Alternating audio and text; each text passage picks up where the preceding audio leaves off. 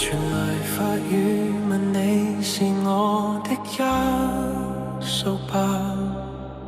原來我已似那白浪似的墮下，明明分開，為何打這號碼？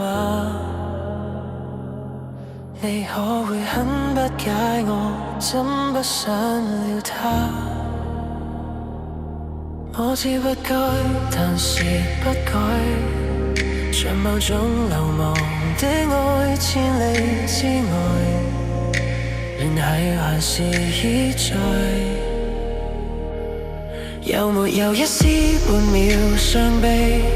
要是我今晚異地斷氣，問你可肯即夜趕搭通宵客機？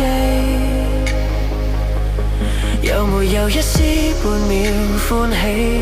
在無人以後來煩住你，若覺得將這責任加諸很離奇，是我自私今世最後需要的人兒，只想是你。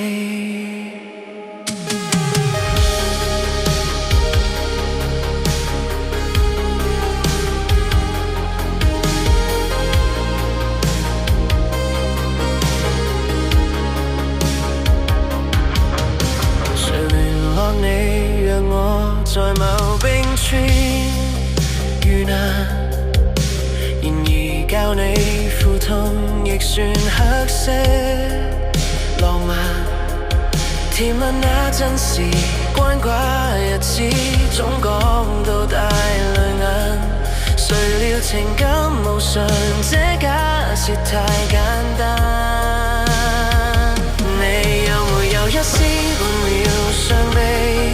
要是我今晚異地斷氣，問你可肯即夜趕搭通宵客機？有沒有一絲半秒歡喜？在無人以後去牽絆你，若覺得將這責任加諸很離奇，是我自私今世最後需要的人兒，只想是你，必須是你，很想被念記，即使淡淡微微，就算在生亦被嫌棄，都想借遺言說好想你，可惜最尾未夠運氣一起。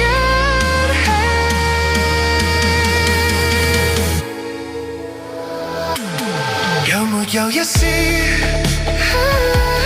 要是我今晚